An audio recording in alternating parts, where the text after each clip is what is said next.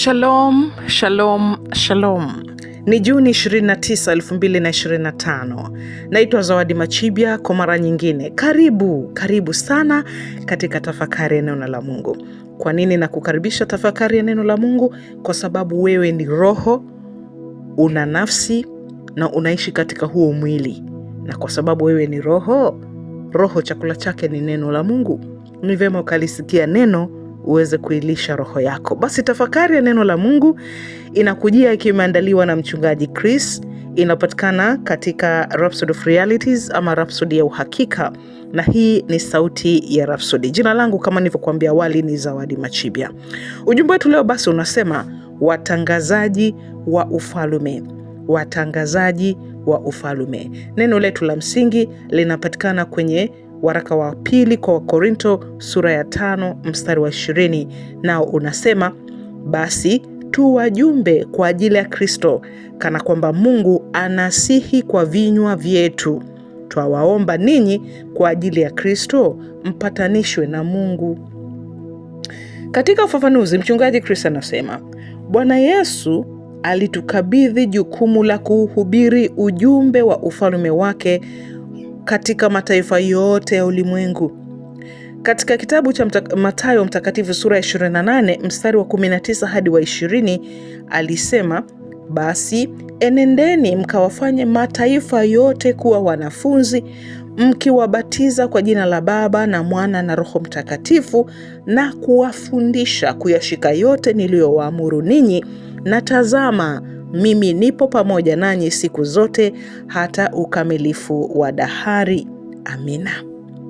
Pia alisema katika kitabu cha Mathayo hicho sura ya 24 mstari wa 14 kwamba tena habari njema ya ufalme itahubiriwa katika ulimwengu wote kuwa ushuhuda kwa mataifa yote, ndipo ule mwisho utakapokuja. Ni nani atakayehubiri ujumbe huu wa ufalme katika ulimwengu wote kuwa ushahidi kwa mataifa yote? Ni sisi, ni mimi. Sisi ni mabalozi wa ufalme mkuu wa Mungu. Sisi ni vipaza sauti, watangazaji na wabeba ujumbe wa ufalme. Tuna kitu cha kutoa na kuubariki ulimwengu: Injili ya Yesu Kristo. Mtazamo wa Paulo katika waraka wa pili kwa Wakorinto sura 5 mstari wa 20 unakamilisha ukweli huu, na unasema basi tu wajumbe kwa ajili ya Kristo, kana kwamba Mungu anasihi kwa vinywa vyetu. Twaomba ninyi kwa ajili ya Kristo mpatanishwe na Mungu. Unazungumza kwa niaba ya Kristo kwa sababu unamwakilisha yeye na ujumbe wake.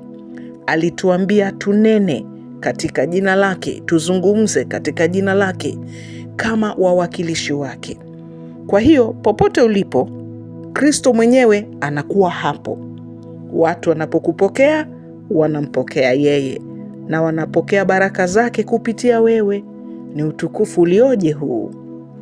Chukua nafasi yako kama balozi wa Kristo, mwakilishi halali kabisa wa ufalme wa Mungu, na ubariki ulimwengu wako. Haleluya. Maombi. Mpendwa Baba, na kushukuru kwa kunifanya kuwa balozi wako, mwakilishi halali wa ufalme wako. Ninazungumza katika jina la Yesu, nikibeba baraka za ufalme kwa ulimwengu wangu. Ninatangaza kwamba kupitia mimi maisha yanabadilishwa na wengi wanapatanishwa nawe, katika jina la Yesu. Amina.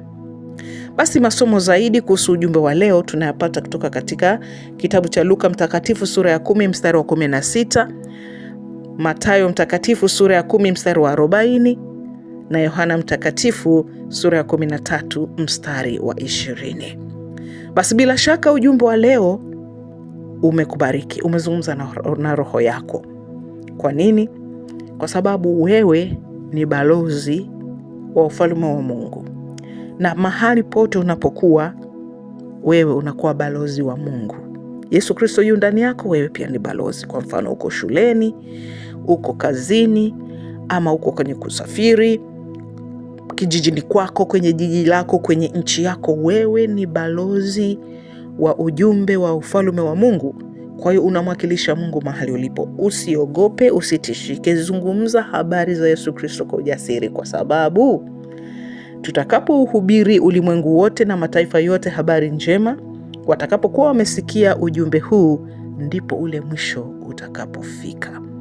Basi kama una swali, una ujumbe, una neno unataka kutuandikia au kutupigia, tumia namba hii +255 766 444 996. Mungu Baba aliye hai, katika jina la Yesu akubariki.